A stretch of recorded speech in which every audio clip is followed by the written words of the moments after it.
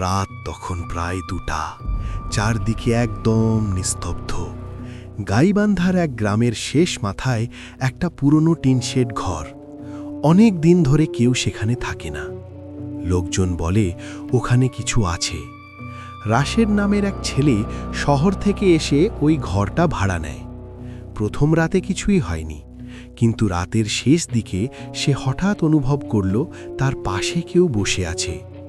চোখ খুলে দেখে কেউ নেই, কিন্তু স্পষ্ট একটা ঠান্ডা নিঃশ্বাস তার গায়ে লাগছে।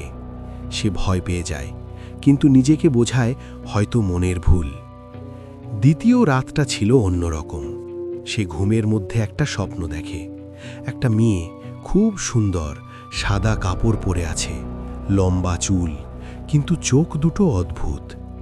মেয়েটা তার দিকে তাকিয়ে হাসে, ধীরে ধীরে কাছে আসে, তারপর ফিসফিস করে বলে, তুমি শুধু আমার। হঠাৎ রাশেদের ঘুম ভেঙে যায়, কিন্তু এবার সে বুঝতে পারে এটা শুধু স্বপ্ন না। তার পাশে বিছানায় চাপ অনুভব করছে, যেন কেউ শুয়ে আছে। তৃতীয় দিন সকালে সে গ্রামের এক বয়স্ক লোককে সব বলে।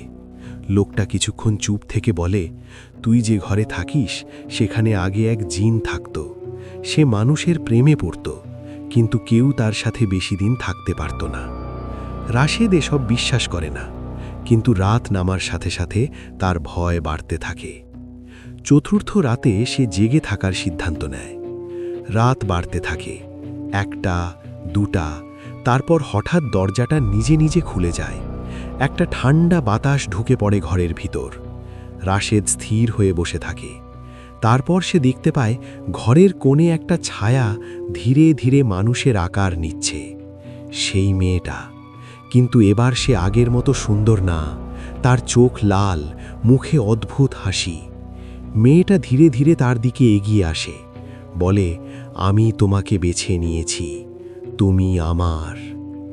রাশেদ উঠতে চায়, কিন্তু শরীর নড়ছে না, যেন কেউ শক্ত করে ধরে রেখেছে।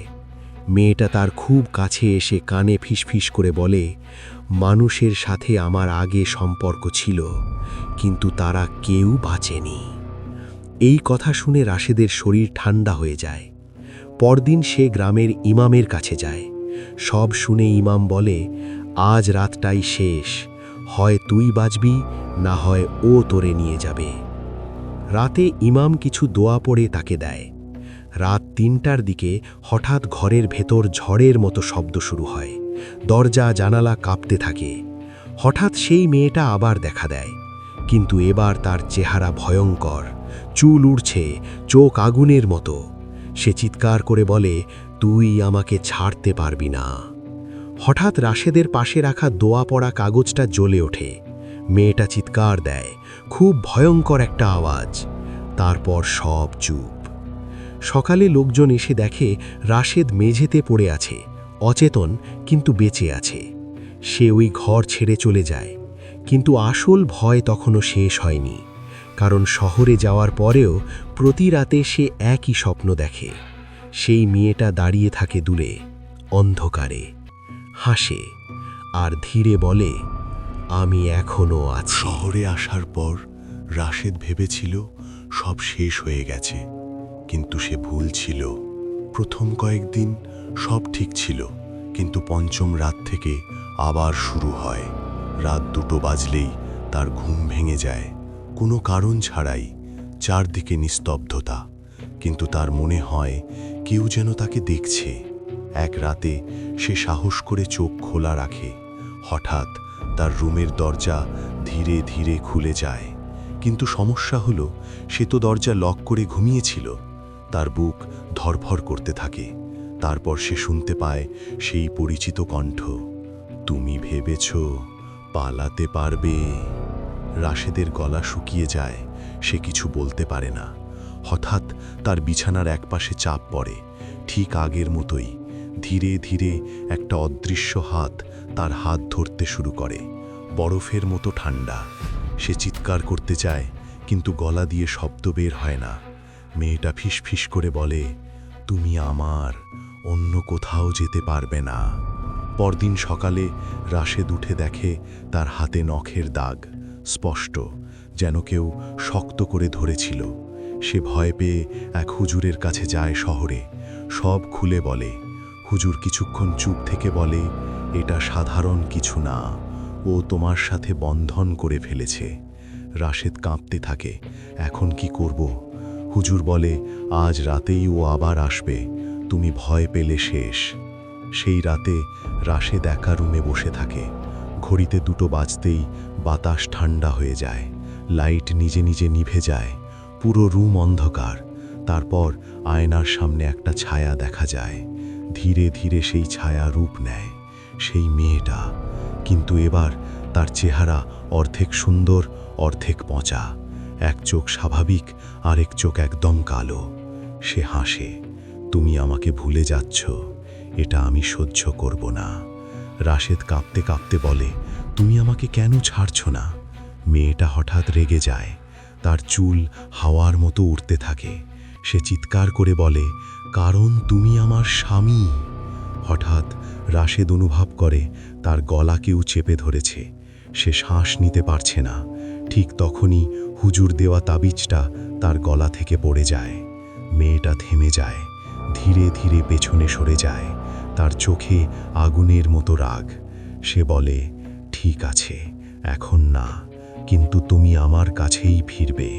তারপর হঠাৎ সব অন্ধকার হয়ে যায়, রাশেদ মাটিতে পড়ে যায়। পরদিন সকালে তার রুমমেট দরজা ভেঙে ঢুকে তাকে অচেতন অবস্থায় পায়। তার গলায় কালো দাগ। ডাক্তার বলে শ্বাস বন্ধ হয়ে যাচ্ছিল প্রায়, কিন্তু আসল ভয় তখনও বাকি ছিল। কারণ সেই রাতের পর থেকে রাশেদ যখনই আয়নার সামনে দাঁড়ায়, তার নিজের পেছনে মাঝে মাঝে সেই মেয়েটাকে দেখতে পায়, 1 সেকেন্ডের জন্য, তারপর অদৃশ্য।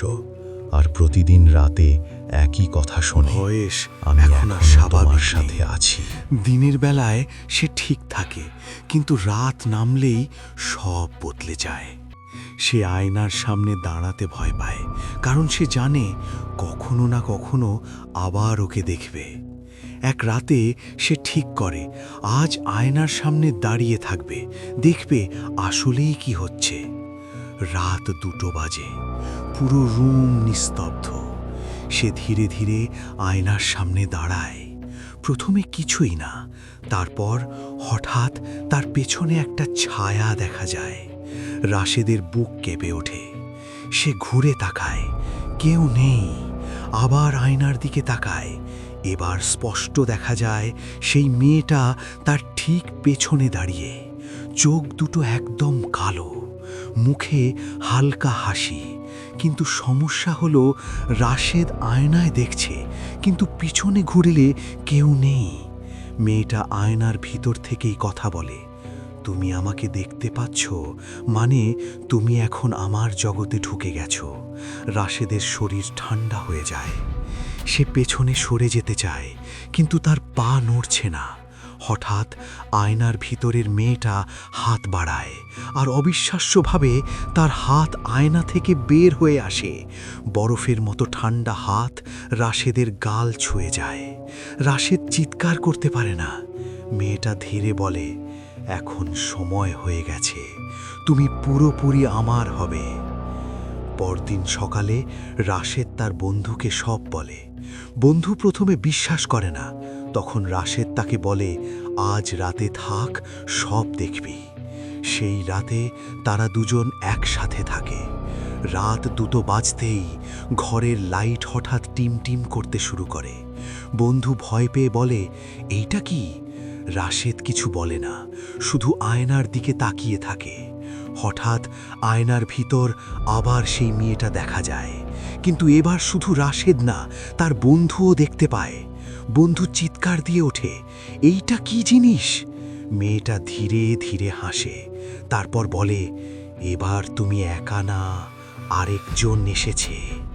হঠাৎ ঘরের দরজা জোরে বন্ধ হয়ে যায়, জানালাগুলো কাঁপতে থাকে। বন্ধু দৌড়ে দরজার দিকে যায়, কিন্তু দরজা খুলতে পারে না। পেছন থেকে একটা ঠান্ডা হাওয়া এসে তাকে ধাক্কা দেয়। সে মাটিতে পড়ে যায়।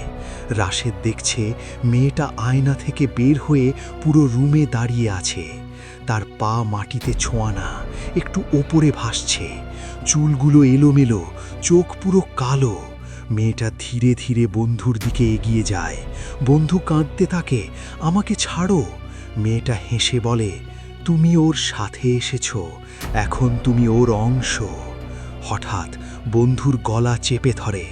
রাশেদ দৌড়ে গিয়ে তাকে ছাড়াতে চায়, কিন্তু পারে না। মেয়েটা রাশেদের দিকে তাকায়। তুমি আমাকে ছেড়ে যেতে চেয়েছিলে, এখন দেখো।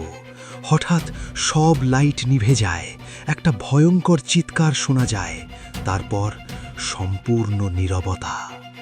সকালে প্রতিবেশীরা দরজা ভেঙে ঢুকে দেখে রাশেদ মেঝেতে পড়ে আছে, অচেতন। আর তার বন্ধু ঘরের কোণে পড়ে আছে, নিঃশ্বাস নেই। তার চোখ খোলা, মুখে ভয় জমে আছে। ডাক্তার এসে বলে হার্ট অ্যাটাক, কিন্তু সবাই জানে এটা সাধারণ কিছু না। রাশেদ জ্ঞান ফেরার পর শুধু একটা কথাই বলে, ও এখন আর একা না। তারপর থেকে রাশেদ আর আয়নায় তাকায় না, কারণ সে জানে এখন সেখানে শুধু একটা না, দুইটা ছায়া দাঁড়িয়ে থাকে, আর তারা দুজনেই হাসে।